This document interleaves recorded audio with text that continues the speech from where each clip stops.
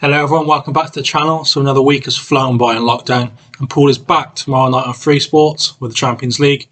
We're going to again give me my preview for this week's action. We're going to look back at last week's action and then have a look around how the tournament's shaping up, and we have a new player added to the tournament.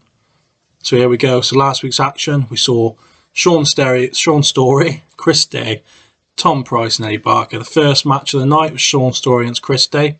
We saw a draw between the two. Both could have gone either way. Both couldn't take that clinical chance to take the lead, and we saw a nice draw to open the night up. Tom Price then did see the clock out against Eddie Barker. So then that went into a very interesting situation where the two bookies' favourites were on draws, Tom Price on a win. But then we did see wins for Sean Story over Eddie Barker and Chris Day over Tom Price, which went going into the last two games. It was wide open. We could see three different possibilities with either a shootout between Sean Story, Chris Day, a shootout between either of them and Tom Price, or even if Tom Price could win, we could see Tom Price go through automatically. So what happened is we had a draw between Chris Day and Eddie Barker, which gave Sean Story the chance to win it outright. Tom Price the chance to win and take it to a 6-red shootout against Chris Day, I think. And then the chance if it was a draw, we had Sean Story against Chris Day.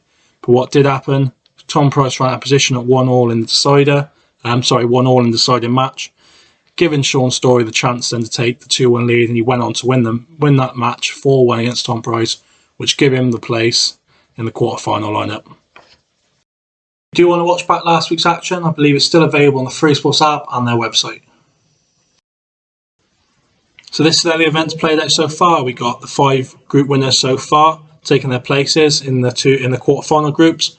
Groups 1 to 4 winners, Josh Kane, Aaron Davis, Phil Harrison and Neil Rayburn, all taking their place in Group A, and Sean Story there waiting for the winners of Groups 6, 7 and 8.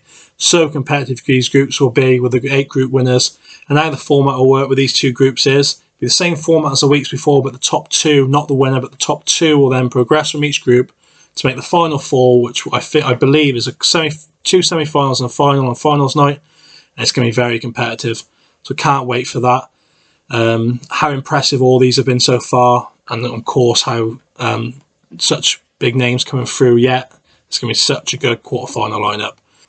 So we have had a replacement in Group A, Liam White having to withdraw from the event, seeing Declan Brennan coming in, and he will be joined by 6-time world champion Mick Hill, former European champion Dylan Leary, and multiple tour winner and tournament winner Shane Thompson. Everyone's calling this group of death. Great response they've had on Facebook so far on what pulled for this group.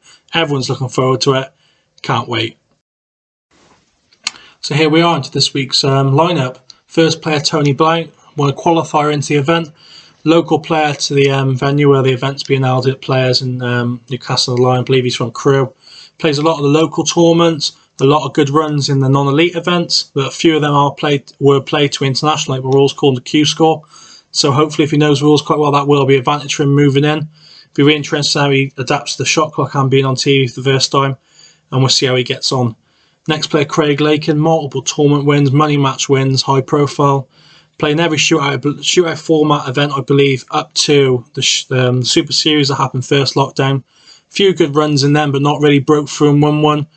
We'll see how he gets on this week, but how quick and attacking Lakin plays, this could suit him. Carl Sutton, multiple world champion for England in the team event, world championship finalist singles wise, multiple tournament wins. Carl's quality, I've seen that firsthand playing for him in the team events of the international, playing against him in the team events of the international events. It'll be really interesting how he gets on the shootout format and how he adapts, and I believe he will run really deep. David McNamara has shown his quality in many tournaments, but especially at the Super Series. He fell in the quarterfinals and Mark Farnes, but was very impressive throughout that event with a good win and then a very good performance because Mark just fallen short. Multiple tournament win, I think former World Under-23 champion. Very impressive player, very likeable character, and it's going to be very competitive moving into this group. But my pick is Carl Sutton. I believe he will pip the group to Dave McNamara, with Lakin in 3rd and Tony Blount in 4th.